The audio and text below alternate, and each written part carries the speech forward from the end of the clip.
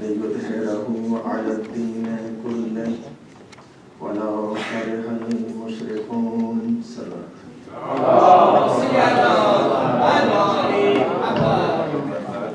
Thank you for having me once more, and it is a pleasure to look at you, to see you, to meet you.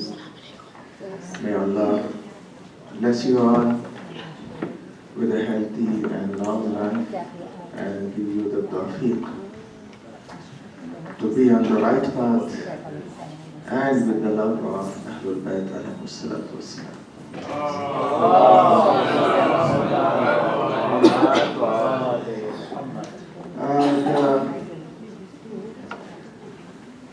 The topic for these two majalis is going to be that the end of the world will see a religion which is known as the religion of truth by Allah. The ayat which I have recited is the 33rd ayat of Surah Tawbah, and the same ayat has been repeated in Surah Saf, number 9. And a part of this ayat is repeated in Surah Fatah, ayat 28. The first portion of this ayat, هُوَ الَّذِي أَرْسَلَ رَسُولَهُ بِالْهُدَى وَدِينِ الْحَقِّ لِيُظْهِرَهُ عَلَى الدِّينِ كُلِّهِ. This portion has been repeated in Quran 3 times. The meaning of this is, هُوَ الَّذِي, He is the one, Arsala, who has sent down, Rasulahu, His Prophet, Bil Huda, with guidance, wa Deen al Haq, and with the religion of truth. So He is the one who has sent down the Prophet to us with two things. One is the guidance, and the second thing is the religion of truth. Why did He send it? لِيُظْهِرَهُ عَلَى الدِّينِ كُلِّهِ, so that this religion prevails over all the other religions, is victorious over all the other religions, subdues all the other religions. لِيُظْهِرَهُ عَلَى الدِّينِ كُلِّهِ, so that the Prophet will subdue all the other religions. وَلَوْ كَرِهَ الْمُشْرِكُونَ, even though the polytheists may not like it. So this last portion you are looking at is present. You can feel it, you can see it, you can sense it. هُوَ الَّذِي أَرْسَلَ رَسُولَهُ, He is the one who has sent down the Prophet. Why?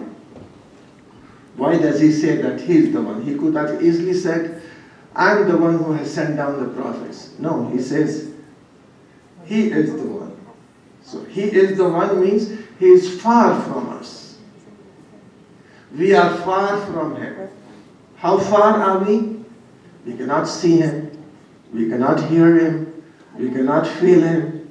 We cannot imagine Him. He cannot come into our imagination. He cannot come into our feelings. He cannot come into our senses. We cannot even look at Him, do anything. So He is saying that He is the one. So I should ask Him, how will we know that you are the one? For this reason, Allah has given in us at the time of our birth the faith of Tawheed. Tawheed is embedded in the fitrat of every human being, wherever he is. That's why the hadith of Rasulullah says, كُلُّ مَوْلُودٍ يُولَدْ عَلَى فِطْرَةِ الْإِسْلَامِ.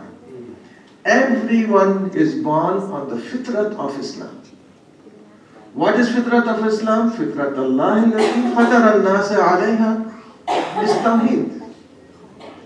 Every human being has this. He is going to come to a conclusion that yes, there is someone who has made us. Then there may be in his thought many of them. Then he will conclude and he'll come to such a position where he's going to say that the one who has created us cannot be like us.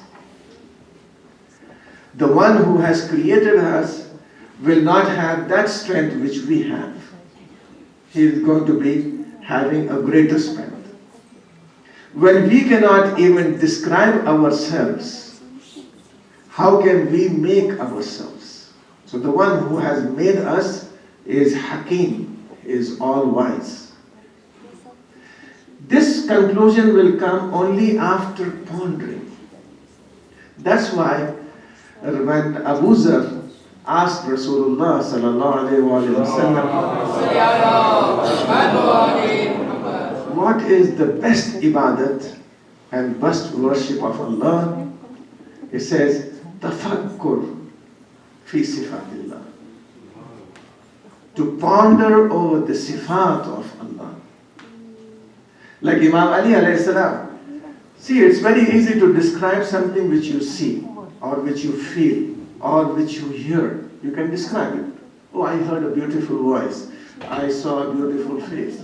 Or I could feel the smoothness of this rod. You can use your senses to describe. But one who is above imagination, you cannot describe it. But after looking at Nahjul Balagha and the statements of Imam Ali alayhi salatu wasalam, we come to a conclusion that yes, if someone is going to describe Allah, is going to describe Allah not in the positive sense, but in the negative sense. So you cannot describe Allah what He has. You can describe Him what cannot be with Him. So that's what Imam Ali alayhi salam in his first khutbah of Nahjul Balagha, first sermon of Nahjul Balagha says that whoever thinks of Him, imagines Him, then he has sannahu, he has made two gods. One, the real one, who is not going to come in your imagination, and the second one is in your imagination. So you are doing shirk. So that God, which is above everything, cannot come to us and guide us. There has to be someone who has to come from Him to us so that He can guide us. So He says now, Arsala Rasulahu. He has sent the Prophet. No one has elected the Prophet. No one else has nominated the Prophet. He has sent the Prophet. And He has not sent the Prophet just by His body. No. Arsalahu bil huda. He has sent him with guidance. With guidance. There is a difference when you say towards guidance and with guidance. So one who has come with guidance is going to be born with guidance. So you cannot say that the Prophet was not a Muslim before his prophethood. Because the ayat of the Quran says, Arsala Rasulahu bil huda. He came with the guidance. And that's why the Surah Yasin says, Innaka la minal mursaleen. Verily, O Prophet, you are from the messengers. Ala siratin mustaqim. You have born on the siratin mustaqim.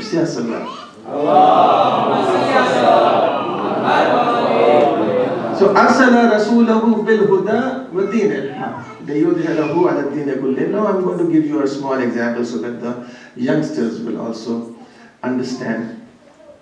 Daddy and mommy go for work. They are both busy. And these youngsters, they go to school. So in the morning time, daddy and mommy drop them at school. And then the children are at school and the parents are at work. But sometimes it happens that the parents are off from work at 5:30. And the children are off from their school at 2 o'clock. So from 2 to 5, they need someone to take care of their children. Called the daycare. Or what is the other word you use? The child, the lady who... Babysitter, okay, babysitter. I'm scared of even mentioning the name. Babysitters. This babysitter, have you ever went out of your house in the community and called the whole community and told them that, oh, I need a babysitter, can you please vote for one? Have you ever done that? Call the whole community members and tell them, I need a babysitter, can you vote for one? Can you elect one for me? They are going to say, no, we are not responsible for that. You are responsible for your children. So take care of them or appoint someone in your place. So when you are going to appoint someone in your place to take care of the kids, you are going to find in him, search in him the qualities which you have in yourself. You are not going to bring in a thief as a babysitter. You are not going to bring an abuser as a babysitter. You are going to see that you are a Muslim, so you will try your best to get a Muslim, a Shia, a lover of Ahlul Bayt, one who is educated, one who gives values to the children. So you are going to see in that particular appointee whom you have appointed some of your qualities, so that she or he may give those qualities to the children. Allah has appointed the Prophet sallallahu alaihi wasallam to take care of us. Allah is al-Ghaib. We cannot see him. We cannot hear him. He cannot come in between us. So he has sent a person to guide us. So he is not going to just send a person, he is going to give his qualities to that person. So if Allah is Rahman and Rahim, this Prophet is going to be Rahmatul lil Alameen. If Allah is Qadir, in Allah ala kulli shay'in qadir, this Prophet is going to have the Qudra. And just to remind you, the Qudrat of Rasulullah sallallahu alayhi wa sallam. Who is the bravest of all the warriors? You can tell me who is the bravest of all the warriors. Mawla Ali. Now Mawla Ali is going to say something which is truthful. So Mawla says that when the war used to be at the peak, we used to find the Prophet sallallahu alaihi wasallam the closest to the enemy. So at the time of the war, which is at its peak, Imam Ali alayhi salam says that the Prophet used to be the nearest to the enemy. And then Imam Ali alayhi salam says that when the war used to be at the hottest, we used to take shelter with the Prophet sallallahu alaihi wasallam. So from these words we come to a conclusion that the most powerful person during the time of Rasulullah was Rasulullah himself, carrying the quality of Qudrat of Allah. The second quality, the third quality, hikmat. And hikmat means wisdom. So having wisdom, Allah is Hakim.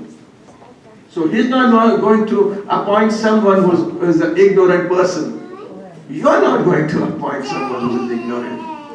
How will Allah appoint someone who is ignorant?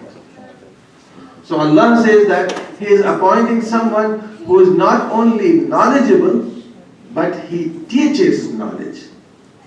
هو الذي بعث في الأمين رسولا منهم يتلو عليهم آياته ويزكيهم ويعلمهم الكتاب والحكمة. He is the one who has sent down a prophet who recites the ayat of the Quran and who purifies the soul.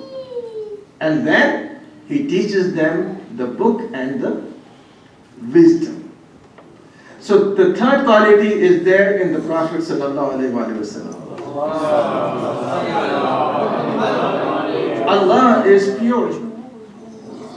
So the Prophet is going to be pure from all sins. In other words, I should say that Allah doesn't call himself as Masoom. Allah is the creator of Masoom. Allah creates. For example, all the Malaika are Masoom. Right? Masoom means they don't commit any sin. They don't commit any mistakes. Allah created the Masoom, the Malaika.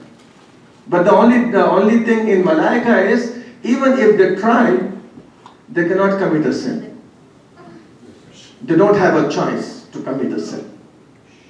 So Allah wants to show us that when I can create someone who cannot commit a sin and be a Masoom, I can also create someone who will have the choice of committing a sin, but yet he is not going to commit. And these are the infallible prophets and the imams. And especially our prophet, Muhammad Mustafa sallallahu alaihi wasallam. Now I'm going to tell you this, that we do not know the childhood of the Prophet sallallahu alaihi wasallam. From where will you know the childhood? The community people will not talk about my childhood or my birthday. The people of the house are going to know about it. So to ask the history of Rasulullah, we should go to Abdul Muttalib, we should go to Amina, we should go to Abu Talib. They are going to tell us when the Prophet was born and how the Prophet was born.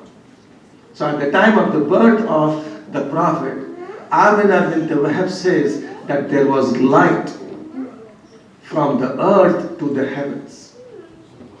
And the baby wrapped in white was Rasulullah sallallahu alaihi wasallam, and she heard a very big cry. And that cry was the cry of Iblis.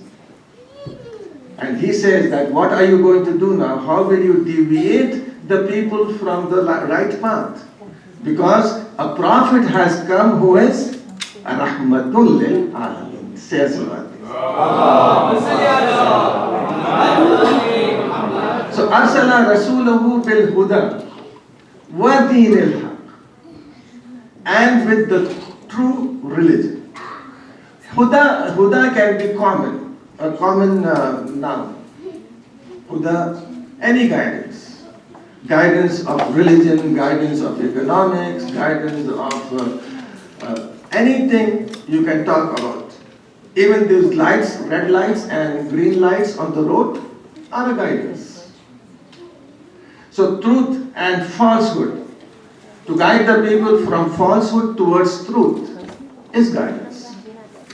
Deen al-Haq is the legislation of Allah with truth. So you got the difference, right? Huda can be common, but deen and legislation is going to be particular. So many of our children come to me and they ask me that, Maulana, some things were there in the life of other prophets, but now it is halal. Or some things were haram, now it is halal, and halal or haram, they have changed. So this is what Allah wants us to know. Those things which were halal during the time of Adam alayhi salatu wasalam may become haram later on. Because the legislation is changing according to the circumstances and the people. So the legislation during the time of Adam was in the form of booklets, which we call as Sahifa. So Adam got 10 pamphlets or booklets, 10 Sahifa.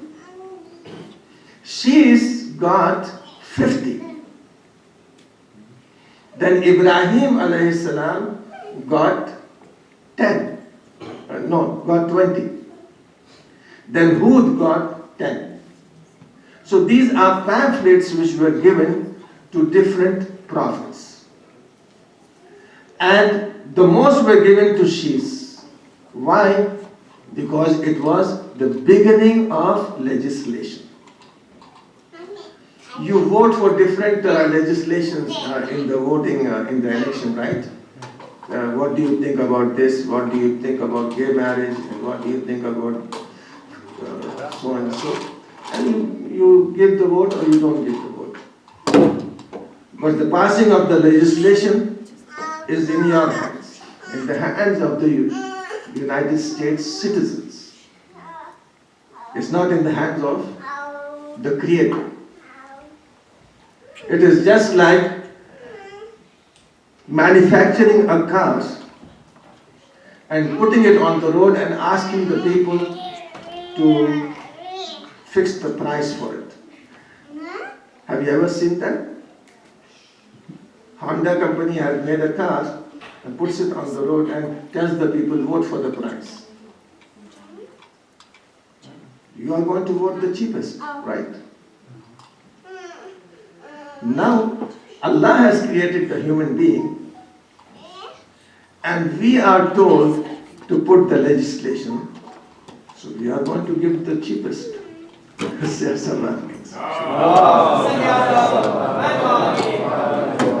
So anyway, so this legislation with Nuh alayhi salam, this is known as Sharia.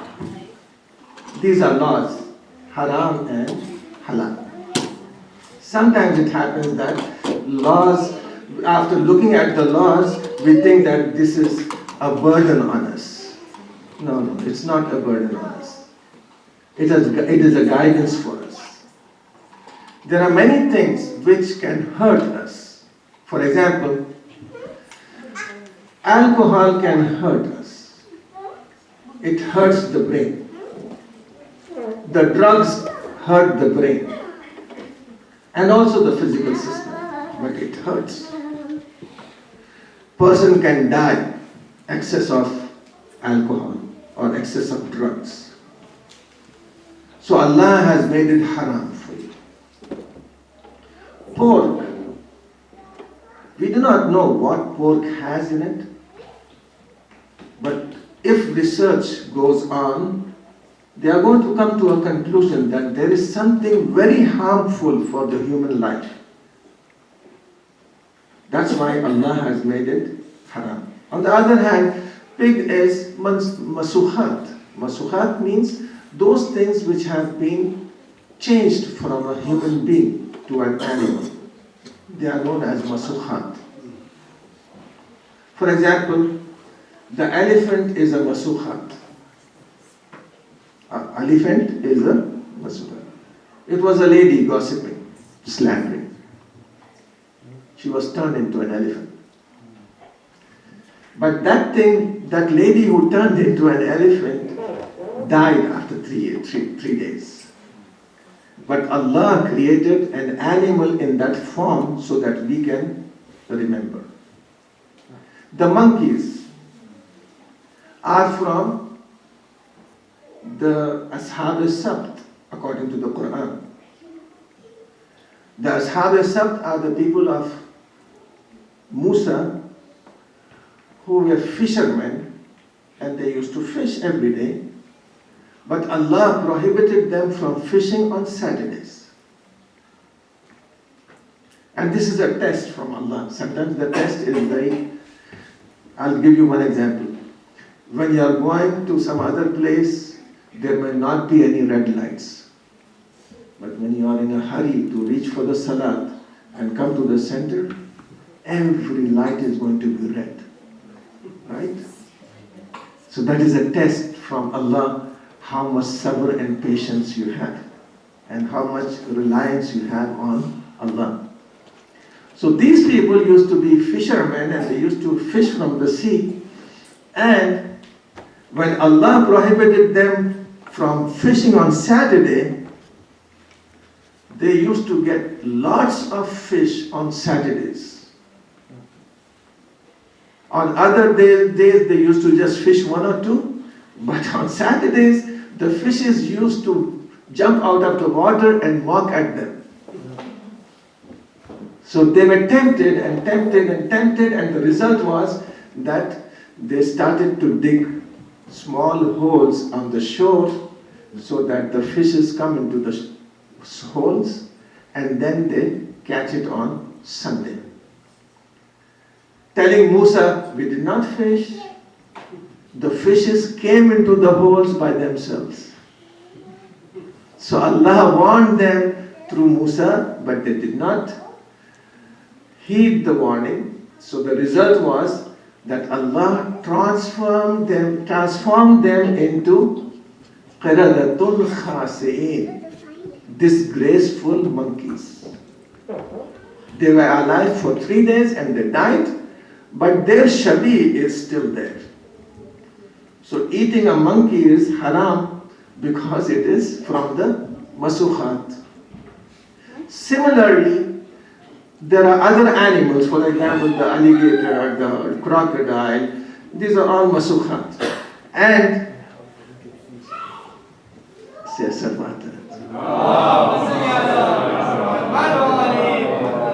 let me tell you one thing, and that is, if you do not know about something and you commit that haram, and you did not have the facility to know it or the intellect to know it, then it is ignorance.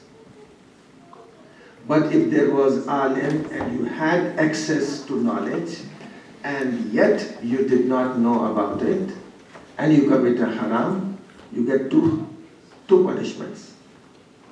One for committing haram and the other one for not knowing that it was haram. Once I was reciting in my place in Miami, and I said from the minbar, just like today as I'm telling you, that eating crab is haram and eating lobster is haram. Oh, there was such a backlash. Why had you to say it? We were just eating with ignorance, so that was okay. So I'm going to tell you that no, sometimes ignorance is for the Buddhas who are in the desert. They don't have any access, they don't have any knowledge. But intellectuals like you all, you get two. That's why on the day of judgment, the ulama are going to get two punishments, right? Why? Because they had access and yet they committed that haram. So these things which are scavengers are haram for us. Like the crab is a scavenger.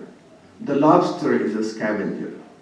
The pig also is a scavenger. The vultures are scavengers. And Imam Ali ﷺ, when he was asked, he said beautiful words. He was asked about which animals give eggs and which animals give children, give birth to children or pups. And he replied and said, the animals which have the ears inside give eggs. And the animals which have their ears outside, they give birth. So from till today, it is really something which we can say very easily that this knowledge is not the knowledge which has been achieved in some university of this world. It is a knowledge which has been gifted by Allah Ta'ala. So the Prophet who has been sent by Allah has been gifted with knowledge. And this knowledge is known as ilm ladunni. And that is the knowledge which the Prophet ﷺ has transferred to Imam Ali alayhi salam. Abu Talib says, I have never washed the Prophet. I have never clothed the Prophet, even in the childhood. I have never seen the Prophet without clothes. Always I have seen him with clothes and in the best of the etiquettes. No, the parents were not there for the Prophet, but yet he was on the highest level of etiquettes. And Fatima bint Asad says that we never used to start eating unless and until the Prophet has started first. So every time the Prophet has finished, Imam Ali alayhi salam says, and Rasulullah, when Fatima bint Asad died, Rasulullah said, she is a mother to me because she fed me first and then she fed her children. And the reason behind that was that whenever the Prophet used to eat, there used to be abundance in the house of Abu Talib alayhi salatu wasalam. So from the beginning, the Prophet was on Tawheed, on Huda, on guidance. That's why when the Prophet said, Qulu la ilaha illallah tuflihu, say la ilaha illallah and you're going to achieve salvation, there was none among the Arabs who could stand up and say, how come you're declaring this la ilaha illallah? You have been worshipping with us the idols for so long. And today you're declaring, none of them could say this. So from this we come to a conclusion that the Prophet had in his whole life never worshipped any idol. And instead of that, they could not even call the Prophet a liar. Because they have never seen the Prophet lie. And they had given him the title themselves as Sadiq. And they trusted the Prophet with all their amanat and trusts. And they called him Amin. So they could not call him a liar, they could not call him dishonest. So what they said? Oh, don't listen to him, he has lost. So these words which were used, that he has lost himself, or tabbat yada abi lahab, oh Muhammad, your hands may be broken, that you have woke us up early in the morning. The Prophet woke them up early in the morning. Now morning is morning. Say salawat.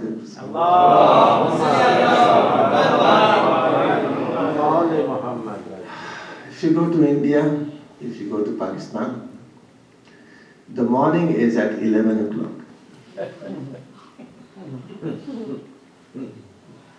It's very unfortunate, especially in the houses of Muslims. Very unfortunate. Whereas we have the hadith from our Aimma alayhi salam, and especially Imam Zainul Abidin alayhi salam, that the rizq of Allah is distributed early in the morning. And if anyone prays the namaz-e-shab or salatul layl, the one before Fajr, just before Fajr, and if he complains that he is hungry and has no food, he is a liar. That means that Allah has taken the responsibility of the rizq. So try your best to be awake till the sunrise, because that has been the sirat of all our Aimmat. Rasulullah woke up and he called them all. They were all sleeping. So he had to say, Ya Muhammad, may your hands break that you have woke us up early in the morning. And the result was that the Prophet was Rahmatul Alameen. He did not reply back. But Allah on his behalf replied back saying, Tabbat yada abi lahabim wa tab. May the hands of Abu Lahab break. Wa tabba.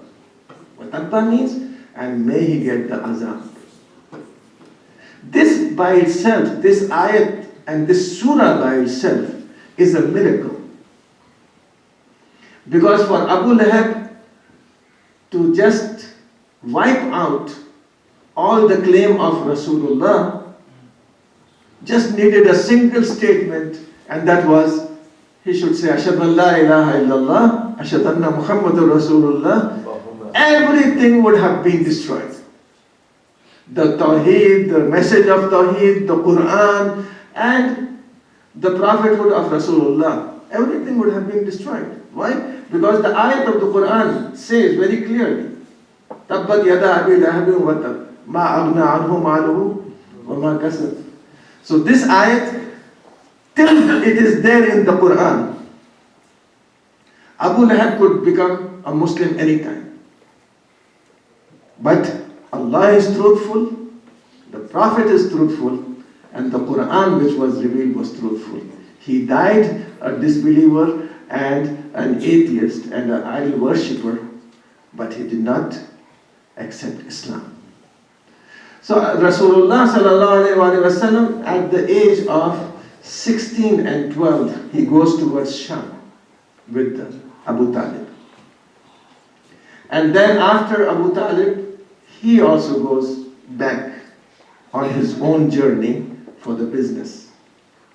And Maisara, the slave of Khadija, says very clearly that I could see the ethics and the values of the Prophet sallallahu alaihi wasallam.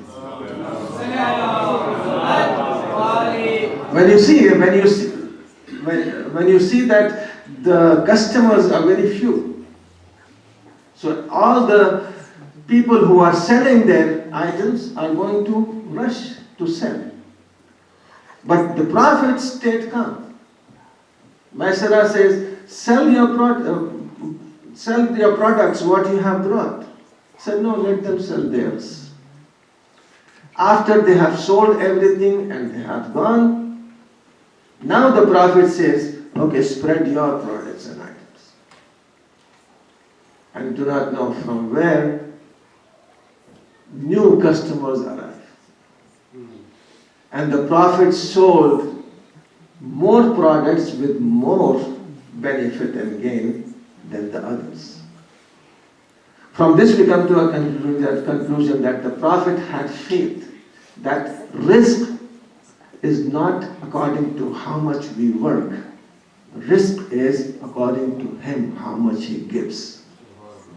So sometimes you may be working too much but getting little. And some people you see are not at all working, they get lots. So the risk is from Allah. And that's why Imam Ali alayhi salam says, rizqan. There are two types of sustenance. One which comes to you, and the other one for which you work. The one which comes to you is going to come to you. Just like death is going to come to us wherever we are, this risk which has to come to us is going to come to us. Imam went into the masjid, and before going into the masjid, he took the saddle of his horse and gave it to a person, keep this for me till I go in and pray and come out. Imam went, prayed, came out, he saw that the person has gone with the saddle. Imam had in mind that he is going to give him 2 dirham, 3 dirham. He went into the marketplace. The same saddle was being sold for 3 dirham.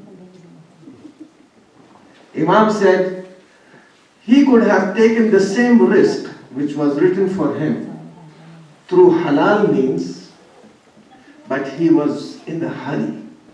So sometimes we are in a hurry, but we want it first. So we take the haram means. So risk comes to us, and some risk we have to search for. Rasulullah sallallahu alaihi wasallam had a very busy life. You may be looking at Maulanas, but this was not a Maulana. This was a prophet. Sometimes they, oh, Rasulullah never worked. No, Rasulullah worked. He did business. Then he had people meeting him. There were kafirs who were coming and talking to him. Some were debating with him. And there was the revelation coming towards the Prophet. Then there were people quarreling amongst each other. And the Prophet was a judge for them. He has to solve their problems. On the other hand, the Prophet has to take care of his wife, especially the one. And then the Prophet had to go and speak amongst the ashab and give them the knowledge. There was not a single moment where the Prophet was sitting idle. The Prophet was busy, and amongst that busyness of his whole life, he used to pray. The 51 rakat salat, which is mustahab for us, was wajib on the Prophet sallallahu alaihi wasallam. And on the other hand, he used to stand in front of his Lord so much that his legs used to be swollen. So the Surah Muzammil says very clearly, Ya ayyuhal Muzammil, qumil layl. Stand in the night, but not too much. Illa qalila. So we have never been stopped from worshipping Allah. But the Prophet has been reminded that do not stand so much. Even on the day when the Prophet ﷺ came to Khadija after 40 days. You know that the Prophet was away from Khadija for 40 days and stayed with Fatima bint Asad. Because Allah has ordered the Prophet to stay away from Khadija for 40 days, and he fasted for 40 days. On the 40th day, when the Prophet was given the iftar, every day the Prophet used to tell Imam Ali alayhi salam to open the door and call anyone who is passing by to come and have iftar with him. But on the last day, the Prophet said, Ya Ali, go and close the door and you also stand outside. Because this is an iftar which is for me alone. No one else is going to share with me. So Jibreel got this iftar from Jannah, and as soon as the Prophet has done the iftar, Jibreel said, now go to the house of Khadija and do not stand for salat. Just do your wudu and be with Khadija al-Kubra, because it is the time of the birth of Fatima Az-Zahra salamullahi alayha. So for Fatima Az-Zahra, all the salat of Rasulullah was suspended because of the conceivement of Fatima Az-Zahra salamullahi alayha. Then at the age of 40, the Prophet is being ordered to start his preaching. Qum fanzir. This is the ayat of Surah Mudassir. Qum, stand up, fanzir, and warn them. And the Prophet stands up, and the ayat of Zdawatizul Ashira comes in, and the guidance starts. But this guidance was not alone. The Prophet needed someone to support him all the time. And that was Imam Ali ibn Abi Talib alayhi salam. You have been hearing about it, but I'm going to just give you a small briefing of Imam Ali alayhi salam. Imam Ali, Abu Talib was not a very poor person. He was not under the poverty line. All the people in Hajj used to be the guests of Abu Talib. Abu Talib used to feed them. So a person who's feeding the whole of Mecca as well as the Hajis who are coming from outside cannot be a poor person. Rasulullah asked Abu Talib, requested Abu Talib to give him Imam Ali alayhi salatu wasalam in the childhood. Not because he was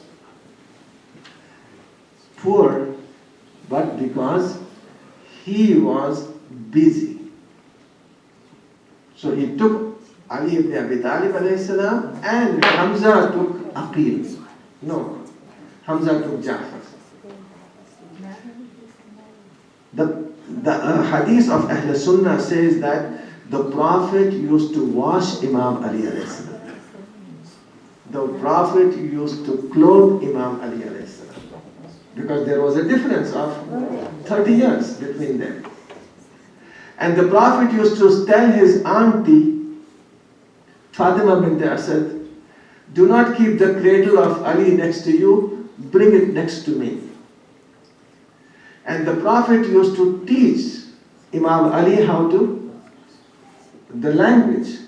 So every child learns the language of the mother and speaks the mother tongue. But the Prophet ﷺ taught his language to Imam Ali alayhi salam. So Imam Ali alayhi salam did not speak his mother tongue, but he spoke the Prophet's tongue. So he spoke in the tone of Rasulullah. So whenever Imam Ali used to stay quiet, the Prophet used to talk to him, Ali, speak. I love to hear you speak. So whenever the Prophet used to go out, he used to carry Ali in his arms. So that's why Imam Ali alayhi salam says that I used to be with the Prophet just like the baby camel is with the camel. Everywhere the Prophet went, Imam Ali alayhi salam is with him, showing very clearly that wherever you find Nabuwat, you are going to find Imamat. Why? Because Nabuwat delivers the religion and Imamat protects the religion. And this happened during the time of Rasulullah, and after Rasulullah we had got Imam Ali, and with Imam Ali, Imam Hassan. And then when there was Imam Hassan, and with Imam Hassan you had Imam Hussain. And there was Imam Hussain alayhi salam, and with Imam Hussain you had Zainul Abidin. If you look at this, you are going to see that the initiator of all the ahkam and laws was the Imam, and the endorser was the next Imam. But amongst all the Imams, you will see only one great Imam who was coronated, or who became an Imam at the most difficult times. Every Imam became an Imam in a very sorrowful and tragic situation. The martyrdom of Imam Ali, sorrowful. Imam Hassan's coronation, Imam Hassan became Imam on the same time, same day. Similarly, Imam Hassan's martyrdom and the Imamat of Imam Hussain begins. But the beginning of the Imamat of Zainul Abidin alayhi salam, if you look at, see, the martyrdom of not only Imam Hussain alayhi salam, but the martyrdom of 72 companions of Hussain. And not only this, 18 of them were Bani Hashim. And then the burning of the tents of Ahl Haram, and then taking away the hijab from the heads of Fatima, the children of Fatima, the daughters of Fatima. Such was the situation. And in that situation, Imam Zainul Abidin alayhi salam, first duty was to tell Zainab whether she should stay in the tents and burn, or whether she has to come out of the tent. And at that time says, aunt, no, to save your life is wajib. So come out of your tent.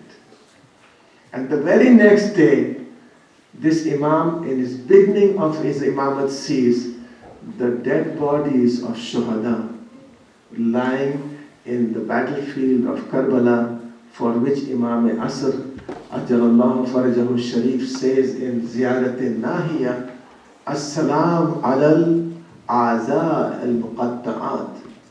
Salam on those organs which were severed from the body and were scattered on the battlefield. And looking at the body of his father, Imam Zainul Abidin's face became pale, looking at which Zainab said, "Oh Zainul Abidin, I'm seeing that your soul is going to come out of your body.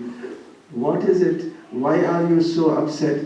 He says, "Oh Pupi Amma, oh aunt, don't you see these people have buried their najis bodies, but the body of my father is lying on this sand and there is no one to bury him, and myself, I have these chains in my hand and these chains in my leg and I cannot bury them." At that moment Zainab says, "Don't worry, O Zainul Abidin. Allah is going to make this place of your father, the qabr of your father, the grave of your father, place, a shrine for all the people all over the world. And they are going to come to this place." And then Zainul Abidin, Zainab herself looks at the body of Imam Hussain alayhi salam and says, "Ya Jadda, Salla alayka malaikatus sama." "Oh grandfather, the angels of heaven prayed on your body. Bahaza Hussain, and this is Hussain murammalun bid-dima. This is Hussain who is just in the blood and sand of Karbala. Ajrakum Allah. May Allah don't make you cry in any other things except in the gham of Imam Hussain alayhi salatu wassalam." On the 12th of Ashura, on the 12th of Muharram, when Imam Zainul Abidin alayhi salam came back to Karbala in a miracle, he gathered the bodies of Shuhada. And at that moment, I cannot tell you how he has lifted up the body of Imam Hussain alayhi salam, because when Mukhtar had caught one of the enemies of Imam Hussain, he has asked him, "What did you do in Karbala?" He said, "I didn't do anything except that I took my horse over the body of Imam Hussain and trampled the body of Imam Hussain." At that moment, Mukhtar asked him, "What did you feel?" He said, "Mukhtar, when the hoof of the horse was touching the ribs of Imam Hussain alayhi salam, I could feel the bones cracking down, and at that time I just said, 'Ya Aba Abdullah.'" Mukhtar said, "Ya Aba Abdullah." And look at Zainul Abidin, that he is lifting the same body of Hussain and putting it in the grave, and he says, "Ya Aba Abdullah, Ya Rasulullah." And next to him he buries Ali Asghar, and then next to at the feet of Imam Hussain he buries his brother Ali Akbar. And that is why whenever he used to pass by a butcher shop, the butcher used to cover the meat so that Imam would not see it. Why? Because Imam has seen in Karbala the flesh of all his relatives and the companions. على رحمة الله على قوم السالمين وسيعلم الذين ظلموا أي منقلب ينقلبون. Oh Allah, by the grace of Allah, give shifa to all the mu'mineen and mu'minat who are sick and ill. Oh Allah, by the grace of Ahlul Bayt والسلام, accept our azah, and through our azah give condolence to Fatima Az-Zahra salamullahi alayha and the Imam of our times. Oh Allah, by the grace of Ahlul Bayt والسلام, hasten the zuhur of Imam Asr Ajalallahu Farajahu Sharif. Oh Allah, by the grace of Ahlul Bayt والسلام, give sustenance to all the mu'mineen. who do not have sustenance, and increase the sustenance of those who has some. O Allah, by the grace of Ahlul Bayt alayhi salatu wassalam, give tawfiq and inspire our children to be on the right path and follow the footsteps of Imam Ali alayhi salam. O Allah, by the grace of Ahlul Bayt alayhi salatu wassalam, give us an opportunity and tawfiq to do the Hajj of Baytullah and the Ziyarat of Ahlul Bayt alayhi salam.